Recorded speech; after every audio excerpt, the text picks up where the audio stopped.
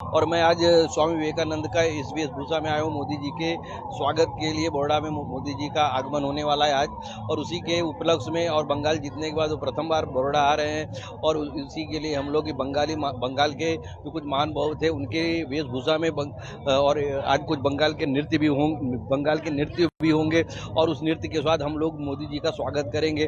भव्य road show का हिस्सा है, ये भी हमारे लिए बहुत बड़े सौभाग्य की बात है।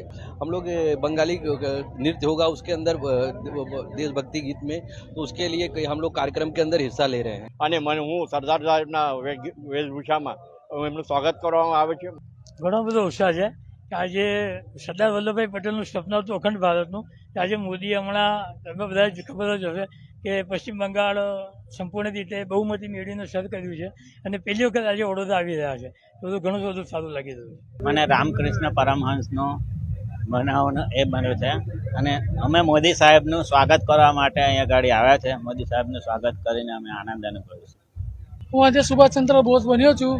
હું આજે મોદી સાહેબનું સ્વાગત કરવા માટે આવ્યો છું અને બહુ આનંદ છે મને। હું ભારત માતા બની છું। મારું નામ પ્રજાપતિ કૃષ્ણ મનીષભાઈ છે।